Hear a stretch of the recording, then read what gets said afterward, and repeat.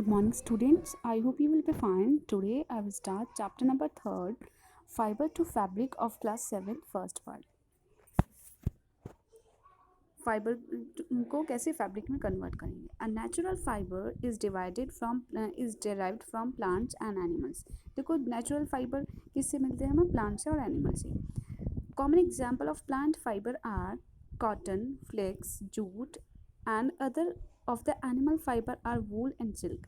देखो, जो हमारे नेचुरल फाइबर होते हैं जो हमें प्लांट से और एनिमल से मिलते हैं, तो जो प्लांट से मिलते हैं वो है कॉटन, फ्लेक्स एंड जूट, और जो हमें एनिमल से मिलते हैं वो है सिल्क एंड वूल. तो ये हमारे नेचुरल फाइबर है.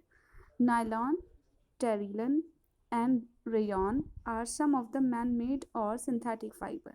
देखो, जो ये हमारे सब ये नायलॉन वगैरह है, ये सब हमारे क्या है? मैन मेड फाइबर है. मैन मेड किसको बोलते हैं? जो आर्टिफिशियल फाइबर होते हैं. आर्टिफिशियल, तो आर्टिफिशियल फाइबर बोल सकते हैं हम इसको, या फिर सिंथेटिक फाइबर भी बोलते हैं इसको. In this chapter, we have learned about the source from which these fiber are obtained from the process used to convert the fiber to fabric. तो इस चैप्टर में हम पढ़ेंगे कि जो फाइबर होता है वो उसका मेन सोर्स क्या है, और फाइबर से कैसे फैब्रिक में कन्वर्ट करते हैं, मतलब फाइबर को कैसे फैब्रिक में कन्वर्ट करते हैं. तो जो हमारा फर्स्ट है नेचुरल फाइबर, वो है वूल. और वूल क्या है? हमारा एनिमल फाइबर. ठीक है, एनिमल फाइबर है ये, और नेचुरल फाइबर एनिमल, और नेचुरल फाइबर है wool. Wool is an animal fibre. In fact it is a hair of the on the body of certain animals. देखो, जो ये वूल होती है वो किससे बनती है? बहुत सारे, मतलब कुछ एनिमल की हेयर से बनती है. ठीक है, जो एनिमल्स की बॉडी के ऊपर जो हेयर आते हैं उनसे बनती है. Wool is yield animal have a thick coat और hair. This coat of hair is called fleece. देखो, जो एनिमल के ऊपर एक बहुत थिक कोट होता है हेयर का, जिसको हम फ्लीस बोलते हैं, उससे बनती है. It protect the animal from cold weather. देखो, ये जो फ्लीस होती है वो एनिमल को किस चीज़ से बचाती है? प्रोटेक्ट करती है कोल्ड वेदर कंडीशन से.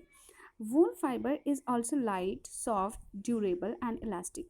देखो, जो वूल फाइबर होता है वो काफ़ी ज़्यादा लाइट भी होता है, सॉफ्ट भी होता है, और इलास्टिक और ड्यूरेबल भी होता है. Air space between the wool fibre create an insulated barrier which prevent body heat from escaping and hence keep us warm. देखो, जो हमारा वूल होता है वो एयर के स्पेस को क्या करता है? मतलब इंसुलेटर की तरह वर्क करता है एक तरीके से, और हमारी बॉडी को जो है वो हीट अप करता है, और हमारी बॉडी को वार्म भी रखता है. वूल फ्रॉम शिप. तो सबसे पहले हम पढ़ेंगे जो वूल होती है वो एनिमल से मिलती है, और एनिमल भी कौन है? शिप है. शिप से मिलती है. Wool is obtain mainly from ship. देखो, जो ज़्यादातर जो वूल होती है वैसे कैमल वगैरह से, गोट वगैरह से भी मिलती है, लेकिन जो मेन वूल होती है वो शिप से मिलती है. Most sheep have two type of hair from which the wool is obtain. देखो, ज़्यादातर जो शिप होते हैं उनकी बॉडी के ऊपर जो हेयर्स होते हैं वो 2 टाइप्स के होते हैं, जिससे कि हम वूल लेते हैं. The first type on the outer coarse hair is called kemp. जो सबसे बाहर वाला जो हेयर का जो कोर्स होता है, जो हेयर का होता है, उसको क्या बोलते हैं? कैम्प बोलते हैं. And second type the fine under coat closer to the skin, it is turn wool from which is wool fiber is obtained. देखो, फिर जो सेकेंड वाला टाइप होता है जो अंदर होता है स्किन के, मतलब अंडर कोट होता है जो स्किन के काफ़ी पास होता है, तो उससे क्या बनता है? वूल फाइबर ऑब्टेन होता है. The fine hair provide the fine fibre for making wool. देखो, जो फाइन हेयर होते हैं, जितने अच्छे हेयर होंगे तो उससे जो वूल है वो बनाई जाती है, अच्छी वूल बनाई जाएगी. This wool is obtain from the merino, a breed of ship generally originally from Spain.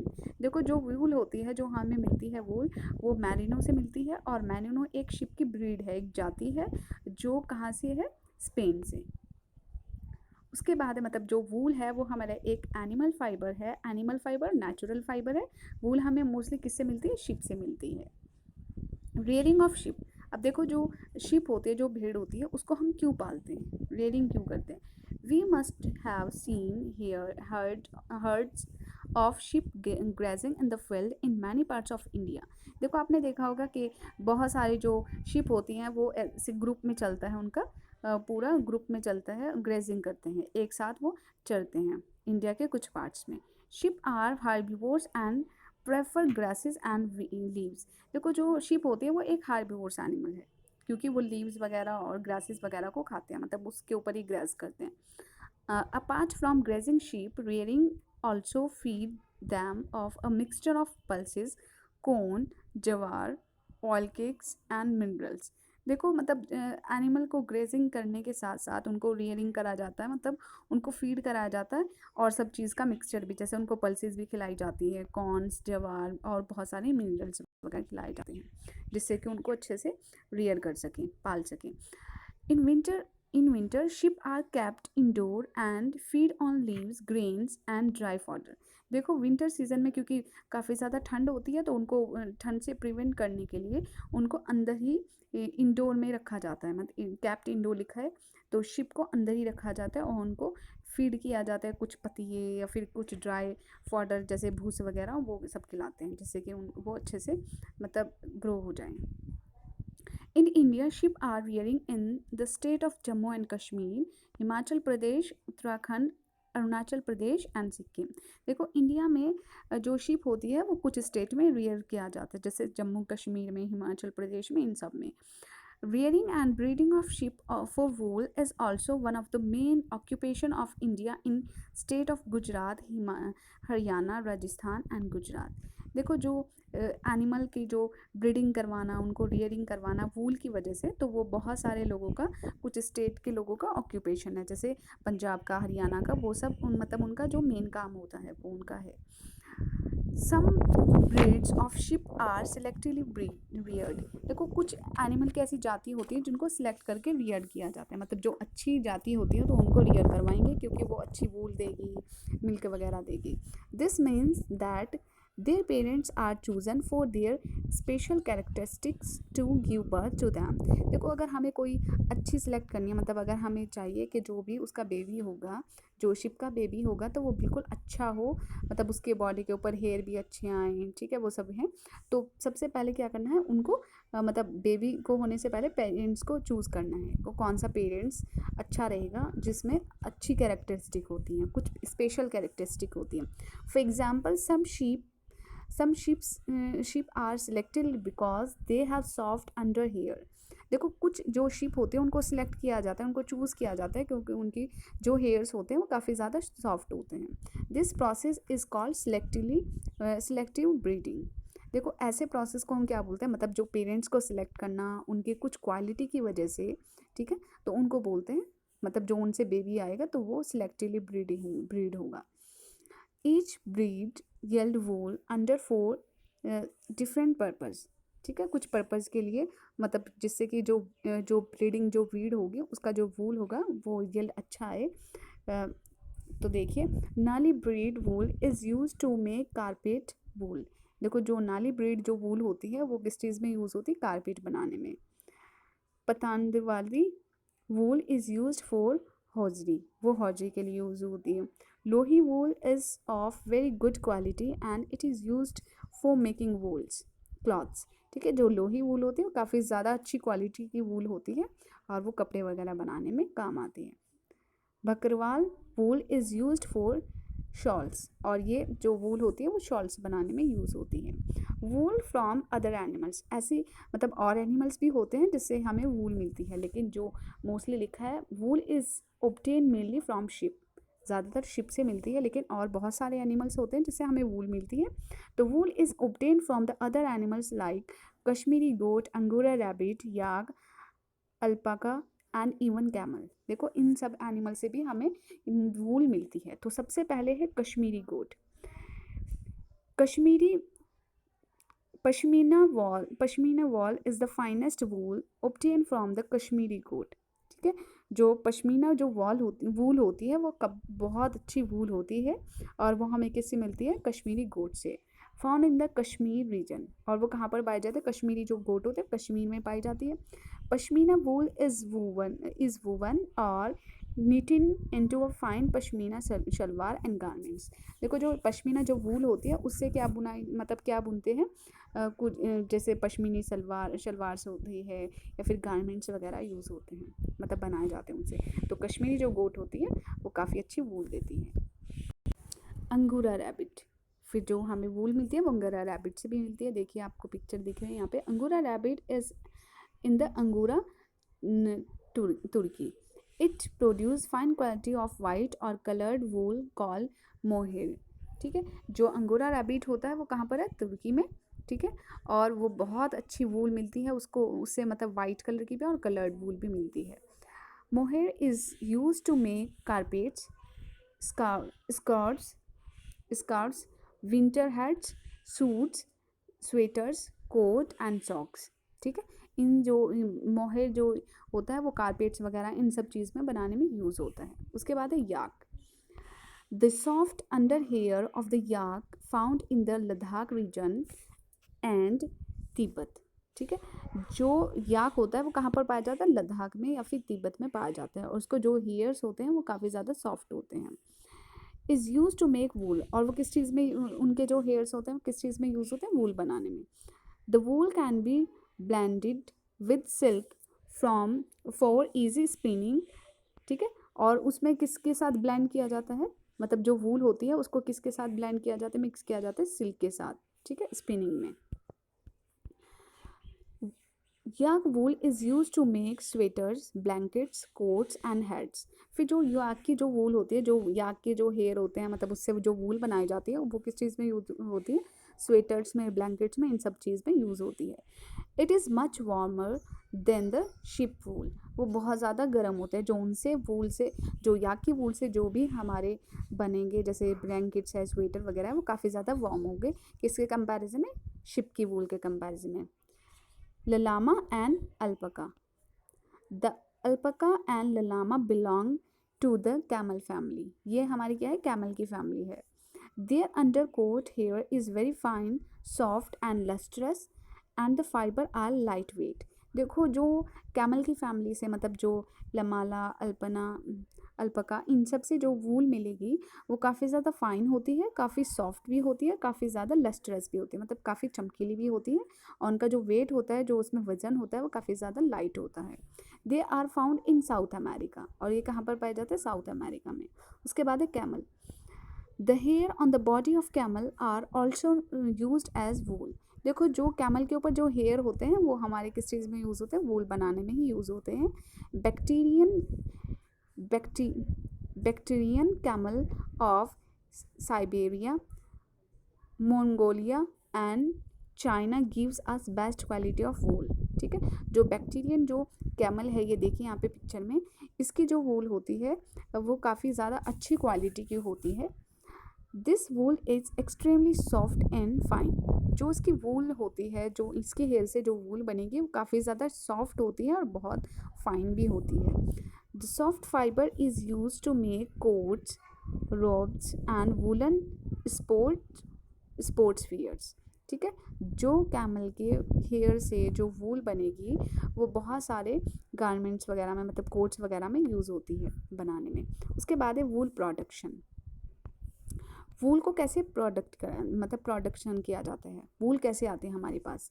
Wool is obtain from the sheep fur by a long process which involve various step. Let us study each step one by one. देखो जो वूल होती है वो हमारे पास जो आती है तो वो किससे मिलती है, हमें शिप से. तो शिप से जो वूल बनाई जाती है उसको बनाने के लिए बहुत सारे स्टेप्स फॉलो करने पड़ते हैं. तो सबसे पहले जो है वो हमारा है sharing. It is the first step in the process of wool. सबसे पहले जो वूल होती है उसको बनाने से पहले जो सबसे पहले जो फर्स्ट स्टेप होता है वो होता है shearing. The fleece is peeled off in one piece. The sheep need to be protected from rain for a day before shearing. Sheep is done with a manual razor and blade और with a special clipper. देखो shearing किसको बोलते हैं, sharing बोलते हैं जो वूल के ऊपर जो हेयर होते हैं उसको रिमूव करना. ठीक है, जो उसके मतलब पील्ड लिखा है, पील्ड मतलब उसको उतारना. जो फ्लीस होती है, जो हेयर का जो कोट होता है शिप के ऊपर, उसको रिमूव करना, तो उसको बोलते हैं शेयरिंग. ठीक है, तो जो वो शेयरिंग होती है वो मैन्युअली रेजर भी होता है, मतलब हाथ से, मैनुअल किसको बोलते हैं, हाथ से रेजर होता है, ब्लेड से, या फिर एक स्पेशल क्लिप आता है कैंची टाइप, उससे मतलब उसको रिमूव किया जाता है. It is not harm the ship and is a painless as the uppermost layer of the skin is made up of dead cell. देखो जिस टाइम पे उसको शेयरिंग की जाती है, मतलब जो उसका ऊपर का जो कवर होता है जो शिप का, उसको जब रिमूव करते हैं उसके हेयर्स को, तो वो जो है वो शिप को कोई हार्म नहीं पहुंचाता। ठीक है, जिस टाइम पे मतलब जो क्लीपर से या उससे जब रेजर वगैरह से ब्लेड से उतारते हैं, तो जो शिप होती है उसको कोई नुकसान नहीं होगा, वो पेनलेस होता है, उसको दर्द भी नहीं होगा जब उसको उतारेंगे। क्यों? क्योंकि जो स्किन होती है, जो ऊपर का जो सेल्स होते हैं वो डेड होते हैं। तो सबसे पहले जो वूल प्रोडक्शन होता है, उसको वूल प्रोडक्शन का जो फर्स्ट स्टेप है, जो हमारे पास वूल आती है, तो फर्स्ट स्टेप है शेयरिंग। मतलब जो शिप है जब वो पूरा उसके ऊपर कवर हो गया, हेयर वगैरह अच्छे से ग्रो हो गए, तो उसको शेयरिंग करना, मतलब उसकी बॉडी के ऊपर से उस जो हेयर का जो कोट है उसको रिमूव करना, क्योंकि हेयर से बनता है वो। तो देखिए ये फर्स्ट स्टेप दिख रहा है, तो शेयरिंग देखो ये कर रहे हैं, मतलब जो शिप के ऊपर से रिमूव कर रहा है ये इसकी जो कोट है, जो मतलब हेयर का जो कोट है। उसके बाद है scouring. The shearing wool is washed thoroughly with soapy water to remove dust, dirt, and grease. This process is known as scouring. Machine are employed to do this. देखो स्कॉरिंग किसको बोलते हैं? जो हमने देखो ये शेयरिंग कर लिया, अब वो शेयरिंग के ऊपर, इसके ऊपर जो इसका कोट का जो कवर है, जो भी इसका हेयर है, मतलब हेयर का जो कोट है, उसके ऊपर बहुत सारी डर्ट होंगी, डस्ट वगैरह होंगी, तो उसको साबुन के पानी से, डिटर्जेंट पाउडर से उसको धुलना, तो उसको बोलते हैं देखो स्कॉरिंग। इस वाले प्रोसेस को बोलते हैं स्कॉरिंग। उसके बाद है carding and sorting. In this process, any stained, damaged और inferior wool is removed. देखो अगर किसी वूल पे, मतलब ऐसे जैसे वॉश भी कर दिया, वॉश करने के बाद अगर उस पर कोई दाग लग रहा है, स्टेंड आ रहा है, या फिर कहीं से डैमेज हो गई, जल वगैरह रही है, तो उसको निकालना उसमें से। The rest of the wool is sorting according to the quality of the fine depend on their fineness, length, waviness and colour. फिर उसको क्या किया जाता है, जो बची हुई वूल है, मतलब जो उसमें से डैमेज है या फिर स्टेन वगैरह है, उसको रिमूव करके जो बची हुई वूल है, फिर उसको उसकी क्वालिटी के अकॉर्डिंग उसको सेपरेट करते हैं। जैसे कि यहाँ पे देखिए, जो भी मतलब उसमें जो डैमेज हुई है या फिर स्टेन वगैरह है, कहीं पे दाग वगैरह लग रहा है, या पे कहीं से वो बेकार हो गया, तो उसको रिमूव करना और बिल्कुल फाइन रखना। ठीक है, तो उसको बोलते हैं ग्रेडिंग एंड sorting. उसके बाद है कार्डिंग।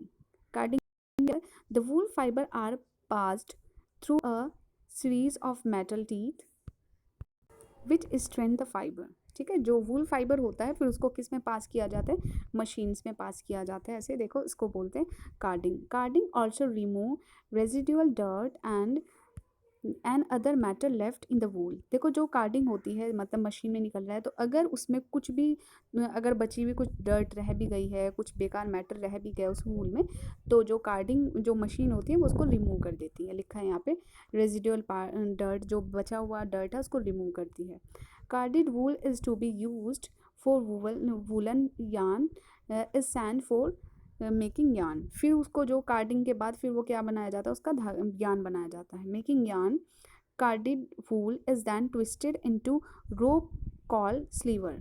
फिर जो कार्डिड जो वूल होती है उसको ट्विस्ट करके एक साथ लपेट के उसका गोला सा बनाया जाता है, रोप रस्सी टाइप बनाया जाता है, तो उसको बोलते हैं sliver. The sliver is stretched and twisted into a thin yarn. फिर उसको स्लीवर को क्या किया जाता है? स्ट्रेच करके और उसको ट्विस्ट करके लपेट के उसका यार्न बनाया जाता है। और इस प्रोसेस में, this process is done by spinning machine, और इसको प्रोसेस को करने के लिए स्पिनिंग मशीन होती है। ठीक है, मशीन टाइप होती है। उसके बाद वीविंग एंड फिनिश्ड। उसके बाद फिर वीविंग किया जाएगा, मतलब बुना जाएगा।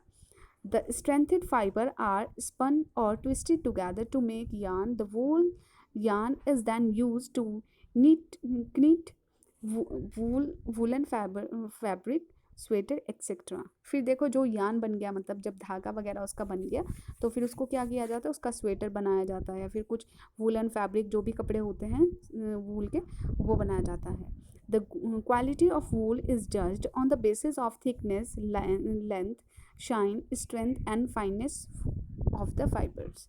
देखो जो वूल की जो क्वालिटी होती है वो किसके ऊपर डिपेंड करती है कि वो कितनी थिकनेस है, मतलब जो शेयरिंग हो रही है तो उसकी कितनी थिकनेस है, हेयर के जो लेंथ है वो कितनी है, हेयर जो है वो शाइन है या नहीं, तो मतलब उसके ऊपर डिपेंड करता है। तो जो सबसे पहला जो प्रोसेस होता है वूल प्रोडक्शन का, तो सबसे पहले शेयरिंग मतलब जो शिप के ऊपर जो हेयर का जो कोट होता है उसको रिमूव करना, मतलब ये वाला। फिर उसके बाद स्कॉरिंग, फिर उसको जो भी उसके अंदर डर्ट वगैरह है, जो भी डस्ट वगैरह है, तो उसको डिटर्जेंट पाउडर से धुलना जिससे कि वो रिमूव हो जाए, तो उस वाली प्रोसेस को बोलते हैं स्कॉरिंग।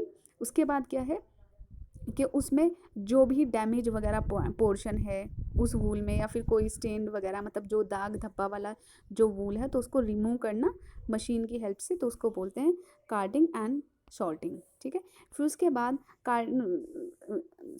Grading and shorting. फिर उसके बाद कार्डिंग में क्या होता है कि जो वूल है वो मशीन से उसको स्ट्रेंथ फाइबर बनाया जाएगा, और जो भी उसके अंदर अगर कोई रेजिड्यूल डर्ट, मतलब अगर कोई डर्ट बच भी गई है, कुछ मटेरियल जो बेकार है उसमें मैटर अगर वो बच भी गया है, तो वो रिमूव किया जाता है मशीन से, तो उसको बोलते हैं कार्डिंग। और फिर उसके बाद उसका यान बनाया जाता है, यान बनाने के बाद फिर उसको बुना जाता है, मतलब स्वेटर वगैरह बनाए जाते हैं। That's all for today. जो नेक्स्ट पोर्शन है मैं नेक्स्ट पार्ट में एक्सप्लेन करूँगी।